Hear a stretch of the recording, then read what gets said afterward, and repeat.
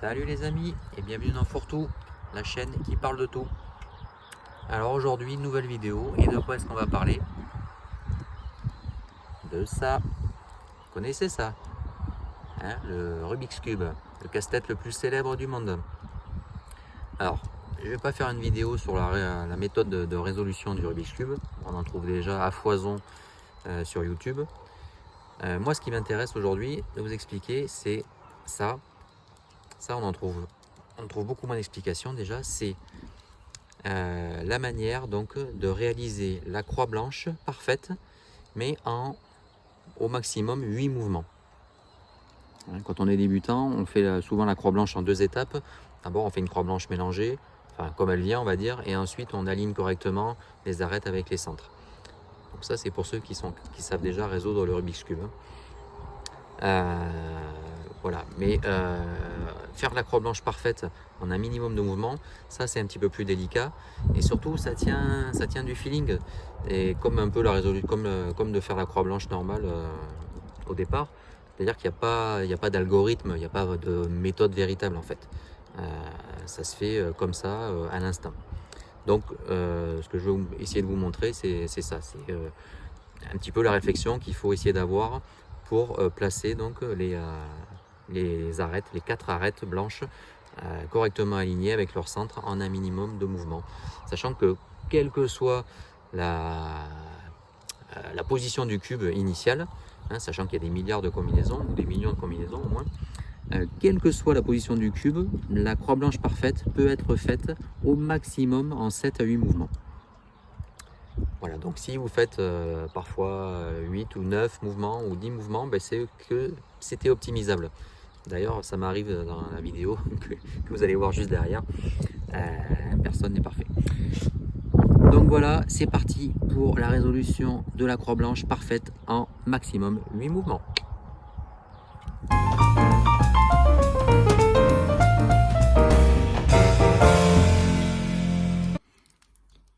Bien, alors la première chose à faire déjà, c'est moi je vous le conseille, de placer la face blanche en bas, comme ça, donc face jaune en haut, puisque c'est dans cette position-là que sera le cube quand vous allez devoir faire les étapes qui vont suivre la croix blanche. Donc autant vous y habituer tout de suite. Je sais que pour les débutants, en général, on commence par la face blanche en haut pour faire sa croix blanche. Ici, au début, c'est un petit peu compliqué parce qu'on voit plus le centre blanc, on a l'impression d'être un peu perdu. Mais vous allez voir qu'avec un petit peu d'habitude, vous savez que de toute façon que le centre blanc est en bas. Donc vous aurez juste à renvoyer les différentes arêtes qui contiennent du blanc vers le bas en les positionnant correctement. Et au final, ça vous fera gagner du temps. Vous n'aurez pas à faire un mouvement pour retourner le cube. Peut-être quand vous commencerez à vouloir accélérer ou à battre vos propres records pour résoudre le cube le plus rapidement possible. Donc, face blanche en bas. Le but du jeu, donc, c'est de repérer les 4 arêtes donc, qui contiennent du blanc. Donc la blanc orange, la blanche rouge, la blanche verte et la blanc bleu. Ce qu'il faut garder en tête, donc pour pouvoir réaliser donc, cette croix blanche en moins de 8 étapes, ce qu'il faut garder en tête, c'est le positionnement des 4 centres ici qu'il y a autour du cube. Ce qu'il faut savoir donc, c'est que la face verte, elle est toujours à l'opposé de la face bleue. Et la face orange est toujours à l'opposé de la face rouge.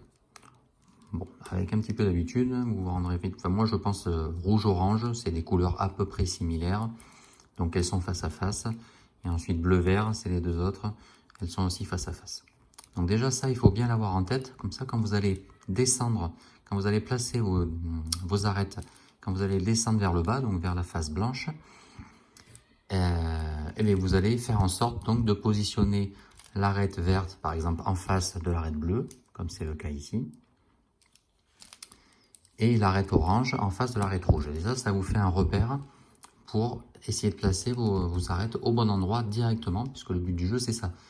C'est pas de faire la croix blanche en 2 étapes. D'abord la croix blanche mélanger et ensuite de replacer les arêtes au bon endroit, de faire une croix blanche parfaite, c'est de faire une croix blanche parfaite tout de suite, et donc de placer les pièces directement, de placer les arêtes directement en face de leur centre de bonne couleur.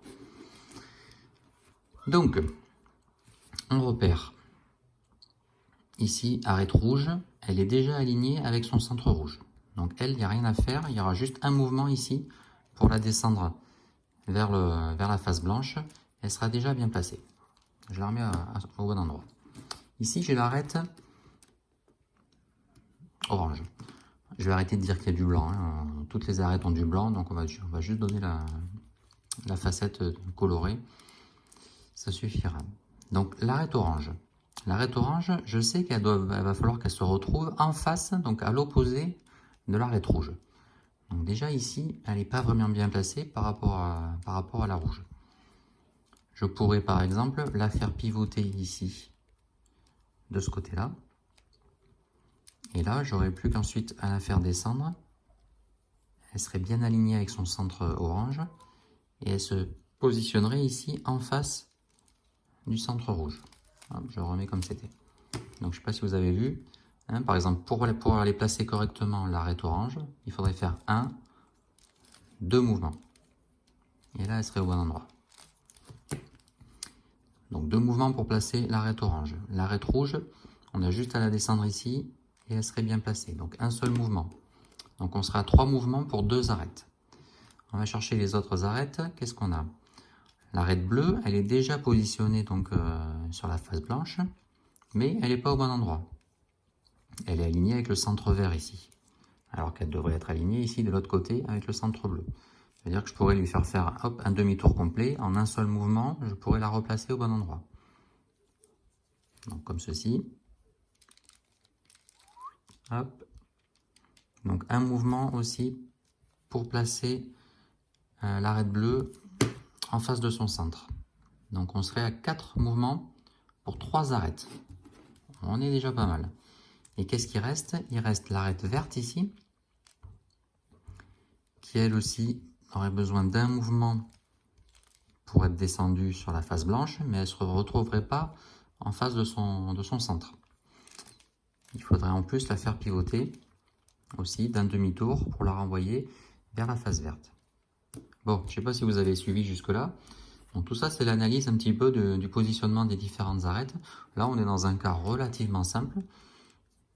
On va pouvoir donc faire une croix blanche parfaite, à mon avis, en 6 ou 7 mouvements à tout casser.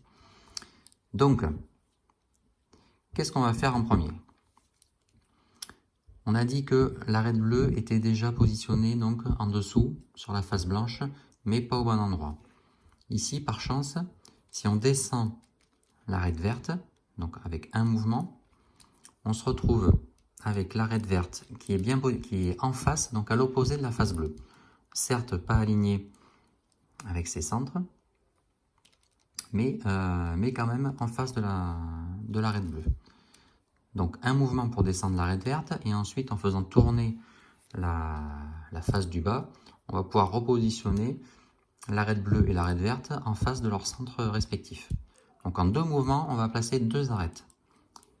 Et après ça, donc si j'ai bien tout analysé, on n'aura plus qu'à redescendre l'arête rouge et l'arête orange. L'arête orange qu'on aura positionnée préalablement en face de son centre ici. Donc en fait, tout ça c'est très simple. Donc je vous le fais doucement. Maintenant qu'on a tout repéré, on commence par descendre l'arête verte. Un mouvement. Je fais pivoter l'arête verte et l'arête bleue en même temps pour les aligner avec leur centre respectif. Hop, un demi-tour complet. On est aligné, on est aligné. On est à deux mouvements. Ensuite, arête orange, hop, je l'aligne avec son centre. 3 mouvements. Arête rouge, je la descends. 4 mouvements. Arête orange, je la descends. 5 mouvements. Et voilà, en 5 mouvements, on a fait une croix blanche parfaite, bien alignée avec leur centre.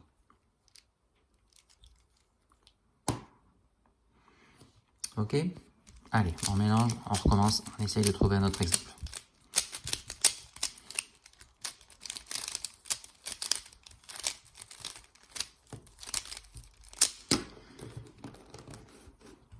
Ok, c'est reparti. Donc, on met la face blanche en bas, tout de suite, et donc face jaune en haut. On se souvient que la face verte est toujours à l'opposé de la face bleue, la face rouge ici est toujours à l'opposé de la face orange. Attendez, je vais régler un tout petit peu l'orientation. Ok, donc on recherche les 4 facettes, enfin les 4 arêtes qui nous intéressent et on regarde comment elles sont placées. Donc ici dessous, on a l'arête rouge qui est déjà sur la face blanche. Ici l'arête verte. Ici l'arête bleue.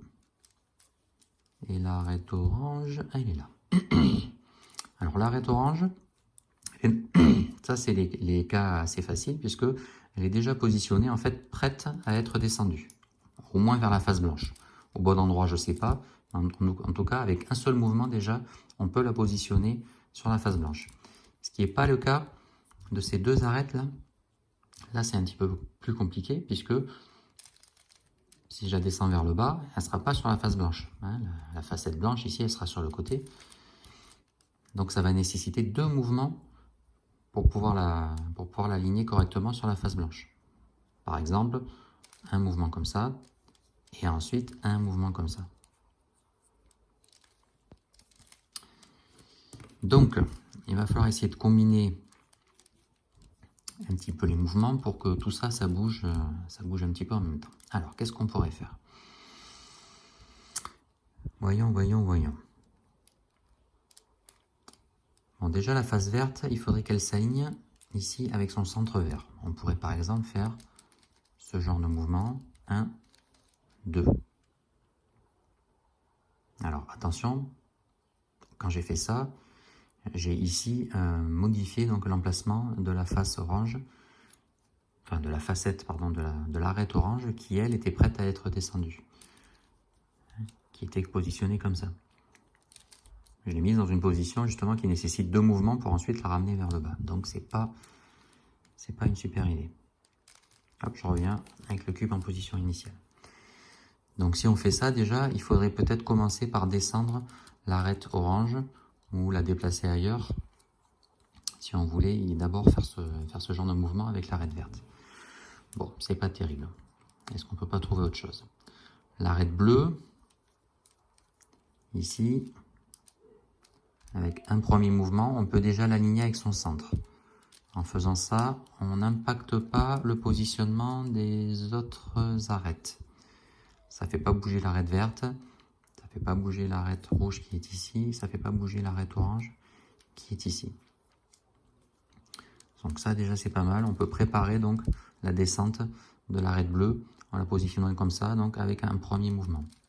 Je la remets à son emplacement. Ce qu'on va faire, on va donc l'aligner avec son centre et ensuite on va la descendre vers la face blanche. Mais avant de la descendre vers la face blanche, je la remets à sa place, on va s'assurer qu'elle se place correctement par rapport à l'arête rouge qui, elle, est déjà sur la face blanche. Alors, ça veut dire quoi? Ça veut dire que je pourrais par exemple me dire, tiens, je vais d'abord aligner la face rouge avec son centre et ensuite descendre ma face bleue. Mais là, c'est pas une bonne idée parce que si maintenant je déplace mon arête bleue, hop, je vais aussi faire revenir la face rouge à un mauvais endroit. Je remets le cube dans sa position initiale. Donc ce n'est pas bon. Il faut d'abord aligner la face bleue avec son centre. Ensuite, aligner l'arête rouge avec son centre. Donc ça fait 2 mouvements. Et ensuite venir descendre l'arête bleue sur la face blanche. Et là, on a positionné donc 2 arêtes et elles sont correctement alignées. Et ça a nécessité 3 mouvements. 3 mouvements et on a encore 2 arêtes à descendre. une qui est relativement facile et une qui nécessite 2 mouvements. Alors on va continuer comme ça, je ne sais pas si on va atteindre l'objectif, mais bon, pour pas trop compliquer, on va laisser donc ces 2 arêtes qui sont bien alignées, et on va continuer. On va descendre, on va s'occuper de la face de l'arête orange ici, on va la descendre à son emplacement, à son bon emplacement, et ensuite on finira avec l'arête verte. Donc on est à 3 mouvements, j'y vais un petit peu au pif, là, je vous l'avoue. Donc, pour descendre l'arête orange, il faut qu'elle soit positionnée, comme on a dit, en face de l'arête rouge. Si là, je la descends vers le bas, si je la descends vers le bas, c'est un pléonasme, excusez-moi. Donc, si je la descends directement comme ça, eh bien, j'emmène avec moi ici, je déplace l'arête bleue, donc ce n'est pas bon. Donc, on va faire pivoter la face du bas pour que quand je vais descendre l'arête orange, elle vienne se placer en face de l'arête rouge. Donc je fais pivoter la face du bas pour placer l'arête rouge ici. De l'autre côté, j'ai mon arête orange que j'ai plus qu'à faire descendre. Ça fait 2 mouvements de plus, on est à 5. 2, 3.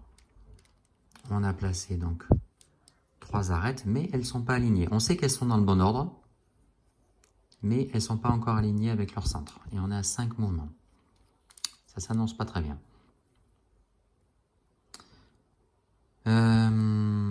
Bon, mais je vais descendre l'arête verte. On sait qu'elle doit venir ici. Maintenant, on est à 5, 6, 7, 8, 9. 9 mouvements, c'est perdu. Bon, c'était pas la bonne solution. J'ai un petit peu accéléré sur la fin parce que j'ai vu que je partais un petit peu dans une impasse. Donc on a mis 9 mouvements pour faire cette croix blanche parfaite. D'ailleurs c'est perfectible, c'est certain. Ok, allez, on se fait un autre essai. On remélange. Ok. Face blanche vers le bas. Face jaune en haut. On regarde, là ça va être assez facile. Déjà au premier coup d'œil, on repère 1, 2, 3 et 4 arêtes qui contiennent du blanc. Elles sont là, elles sont visibles. Et si on regarde vite fait, en fait, elles sont toutes prêtes à être descendues vers la face blanche. Un mouvement comme ça pour l'arête orange. L'arête rouge, un mouvement d'un demi-tour, elle est sur la face blanche. L'arête bleue, un mouvement, elle est sur la face blanche. Et l'arête verte ici, un mouvement, demi-tour complet, elle est sur la face blanche. Donc ça va être assez facile. Il va juste falloir les descendre une par une et les positionner correctement dans le bon ordre, quitte à la fin donc à faire pivoter la face du bas dans un dernier mouvement en fait pour finir d'aligner les arêtes avec les centres. Ça se fait très fréquemment. Donc de construire la croix blanche sur la face du bas sans qu'elle soit forcément tout de suite alignée avec les bonnes arêtes. L'important c'est que les arêtes soient dans le bon ordre, correctement placées les unes par rapport aux autres, et ensuite on fait un mouvement, un dernier mouvement donc de la face du bas pour aligner définitivement les arêtes avec leur centre respectif. Alors voyons voir. L'arête bleue ici, elle est déjà alignée avec son centre. Il y aura juste un mouvement pour la descendre. J'accélère un petit peu maintenant. L'arête orange, elle est déjà aussi alignée avec son centre. Il y aura juste un mouvement pour la descendre. L'arête rouge, elle est sur le même chemin ici que l'arête orange. Donc ça c'est un petit peu problématique, ça veut dire que normalement il faudrait descendre l'arête orange, faire un demi-tour à la face du bas pour envoyer l'arête orange à l'opposé de la face rouge, à l'opposé de l'arête rouge, pardon, avant de descendre cette arête rouge. Bon, c'est pas terrible, ça fait rajouter des mouvements. Et en fait on a exactement le même problème ici pour l'arête verte qui est sur le même chemin que l'arête bleue. Il faudrait descendre l'arête bleue, faire un demi-tour à cette arête bleue pour l'envoyer de l'autre côté, descendre l'arête verte et ensuite faire revenir le tout encore dans un dernier mouvement. Mais comme on a un schéma identique ici avec l'arête orange et rouge, qui sont aussi sur le même chemin, eh bien, on va utiliser donc l'aller et retour de la face blanche ici, et bien on va l'utiliser qu'une seule fois pour les deux groupes de couleurs. Donc, on va descendre cette arête-là qui est correctement alignée, puis cette arête-là bleue qui est correctement alignée. Ensuite, on va faire pivoter d'un demi-tour toute la face du bas, et on va descendre ensuite l'arête verte et l'arête rouge, les deux à la suite, qui vont se positionner donc à nouveau elles face à face aussi. Et dans un dernier mouvement, on ramènera la face du bas correctement alignée avec les centres. Donc je vous le fais. Premièrement, arête orange, on la descend. Un mouvement. Deuxièmement, arête bleue, on la descend. Deux mouvements. Donc elles sont ici, arête orange, arête bleue, correctement alignées en bas. Ensuite, je fais faire un demi-tour. Hop, troisième mouvement pour faire tourner donc toute la face du bas. Je descends mon arête verte, qui sera à l'opposé de mon arête bleue. 4 mouvements. Je descends mon arête rouge, qui sera à l'opposé de l'arête orange. 5 mouvements. Et je refais pivoter le tout ici en bas, hop, avec un demi-tour complet. 6 mouvements. 6 mouvements et on a bien nos 4 arêtes qui sont alignées, croix blanche parfaite. Voilà le principe. Allez, je vous en fais un petit dernier. On remélange.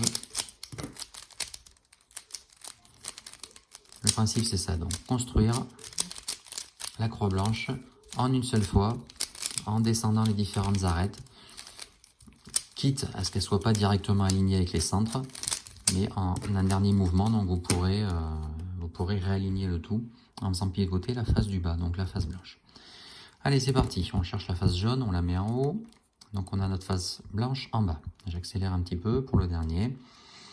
Enfin, si je trouve la solution tout de suite. Donc ici, déjà, on a trois des arêtes qui sont ici face à nous et la quatrième ici. Donc orange, vert, bleu et rouge ici. Ok.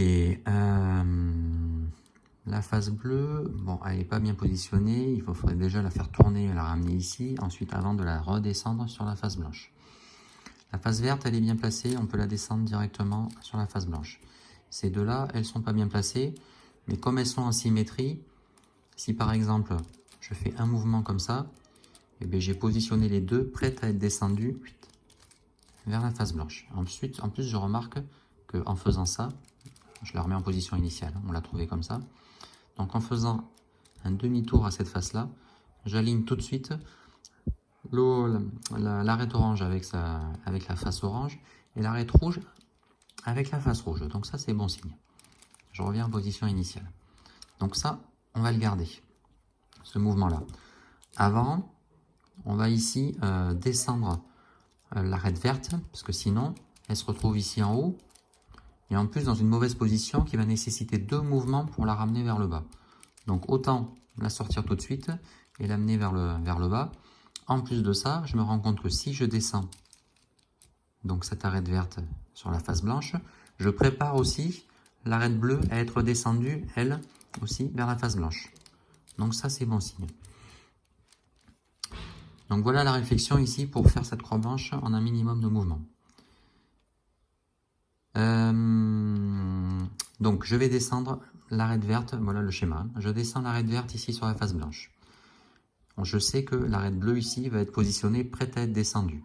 Sauf que je ne vais pas pouvoir la descendre ici directement à sa place parce qu'elle va se retrouver ici à côté de l'arête verte alors qu'elle devrait être en face de l'arête verte. Je rappelle que le vert doit être en face du bleu, à l'opposé du bleu, et que le rouge doit être à l'opposé du orange.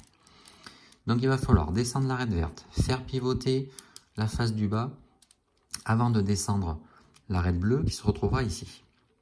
Donc ça va déjà nous donner 3 mouvements. 1 pour descendre l'arête verte, 2 pour faire pivoter la face du bas, 3 pour descendre l'arête bleue. Donc on sera à 3 mouvements.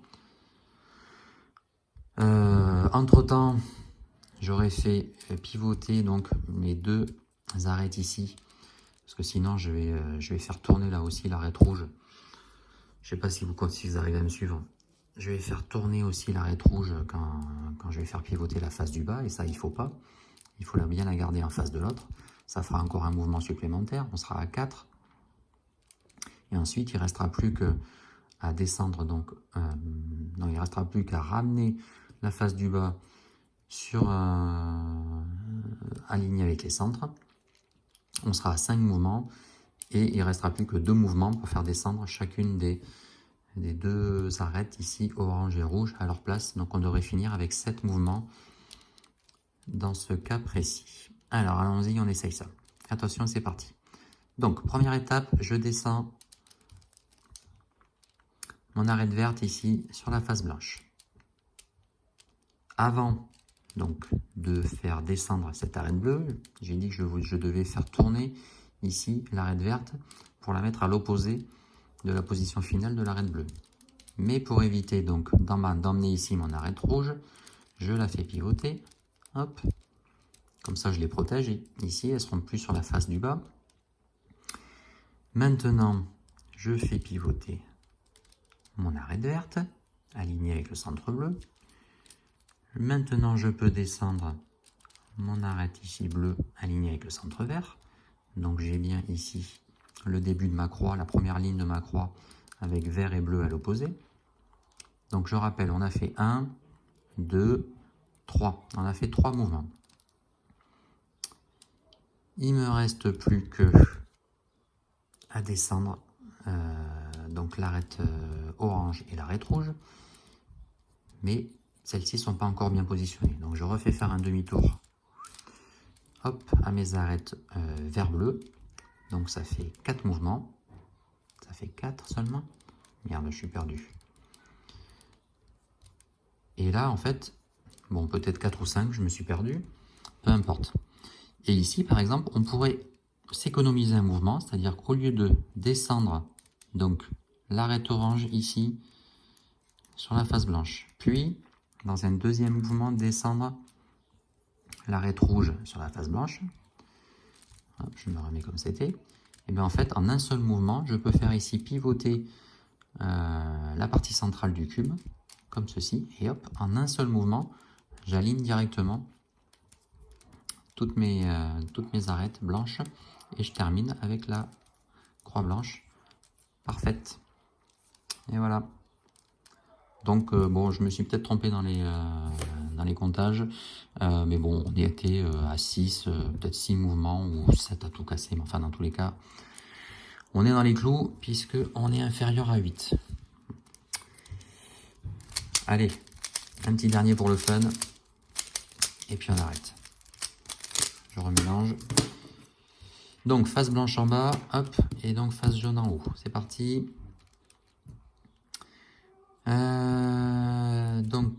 Ici j'ai la bleue, ici j'ai la rouge, ici j'ai la verte, ici j'ai la orange. Elles sont positionnées, elles sont mal positionnées, mais voyons voir. Je pourrais en tourner une comme ça. Ensuite faire pivoter aussi celle-ci. Ça fera automatiquement descendre l'arête bleue, qui serait pas forcément bien placée, mais bon. Est-ce que j'aurais pas mieux? Je pourrais d'abord commencer par celle-ci, par ces deux-là, faire pivoter d'abord ces deux-là. Ça placerait automatiquement ici l'arête orange à côté de son centre. Peut-être qu'on pourrait gagner du temps en faisant ça. Voyons voir. Je me replace. Donc, si je fais un mouvement comme ici, j'aligne le orange.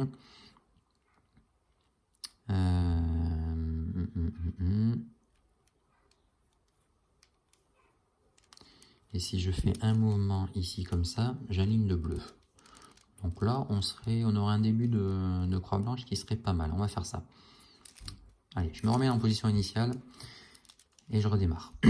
Donc, mouvement 1, je fais pivoter ces deux arêtes-là. Et ensuite, je ferai pivoter ces deux arêtes-là. Ça me permet ici, dans le premier mouvement, d'aligner l'orange avec son centre orange. Dans un deuxième mouvement, d'aligner la facette bleue avec son centre bleu. Je me retrouverai avec la face verte qui sera en haut, parce qu'elle sera venue ici et ensuite venue ici. Elle sera en haut, mais elle sera prête à être déplacée vers le bas correctement aligné pour être envoyé vers la face blanche. Il restera juste à faire quelques manipulations, à faire pivoter un peu la face du bas pour que quand on va descendre les deux autres facettes, qu'elles se placent directement au bon endroit.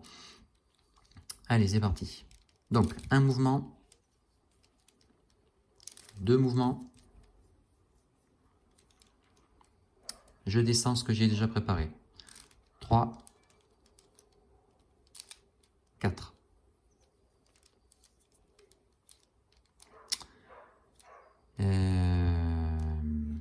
Donc je vais descendre la face sur l'arête rouge, mais il faut qu'elle se retrouve, elle va arriver ici, mais il faut qu'elle se retrouve en face de l'arête orange, qui est ici pour l'instant derrière. Donc je fais pivoter la face du bas. On est à combien? 4, ça fait 5. 5 mouvements. 6. Oula, c'est mal parti. 7. 8. 9. Perdu. 9 mouvements. Oh la loose. Bon, ok. Allez, ça, c'était pas un bon exemple. Et oui, moi, j'y arrive pas tous les coups. Hein. Je suis pas un expert du Rubik's Cube. Allez, un dernier. On va essayer de le faire comme il faut. Alors, petite analyse. On a le bleu ici qui est mal positionné, qui peut pas être descendu en un seul mouvement. On a le vert ici qui peut être descendu en un seul mouvement. On a le rouge ici qui peut être descendu en un seul mouvement et il est déjà aligné. Et on a le orange ici qui est mal placé, qui ne peut pas être descendu en un seul mouvement. Enfin, qu'il faut déplacer en 2 fois. Ok, alors voyons voir. Je pourrais tourner déjà la face du haut ici pour aligner le vert avec le vert, par exemple.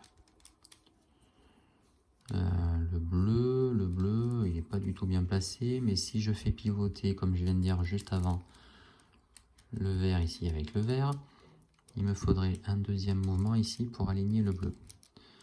Donc ça ferait 2 mouvements. Le rouge est déjà bien positionné, il y a l'orange qui m'embête ici un peu, mais l'orange, une fois que j'ai descendu le rouge ici, je vais pouvoir faire pivoter l'orange pour l'aligner avec son centre. Ok, allez, je me lance comme ça, à l'aveuglette, je pense que ça pourrait bien donner. Donc, étape 1, je descends le rouge, il est déjà aligné. Étape 2, on essaye de ne pas faire bouger les autres faces qui nous importent pour l'instant. Étape 2, je remonte l'orange, il est bien aligné. Étape 3, je fais pivoter le vert ici pour qu'il s'aligne avec son centre. Donc ça fait 3 mouvements.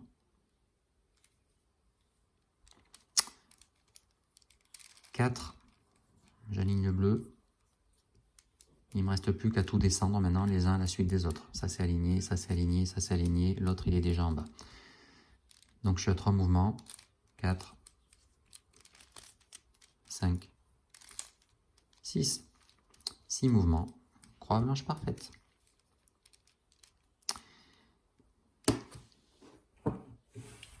Et ben voilà, ça c'est fait. Maintenant vous savez comment faire la croix blanche parfaite en 8 mouvements maximum. Voilà. Peut-être que je ferai une vidéo sur l'étape suivante, donc qui consiste à placer, à construire la première couronne en fait, à placer les coins de la face blanche et en même temps de placer donc les arêtes de la deuxième couronne. Et tout ça en une seule étape, enfin pour chaque coin. Donc 4 étapes pour les 4 coins et la deuxième couronne en même temps. Ça c'est un peu être intéressant. Quand on est débutant, qu'on a appris à résoudre le Rubik's Cube, et qu'on veut un petit peu s'améliorer ou apprendre des nouvelles choses ou essayer de gagner du temps, ça c'est une étape assez sympathique, moi je trouve. Du coup, merci d'avoir regardé cette vidéo. Je vous dis à très bientôt. N'hésitez pas à laisser un petit commentaire si ça vous intéresse. Si jamais vous voudriez que je fasse des vidéos sur la résolution complète du cube, étape par étape, si vraiment vous ne savez pas le faire et que vous n'avez pas envie de chercher ailleurs des méthodes de résolution, je pourrais éventuellement mettre en ligne la méthode débutant, étape par étape. Mais il faudrait vraiment qu'on me le demande. Sinon, si la vidéo vous a plu, n'hésitez pas, un petit pouce bleu, ça fait toujours plaisir. Je vous dis à bientôt pour une prochaine vidéo. Ciao!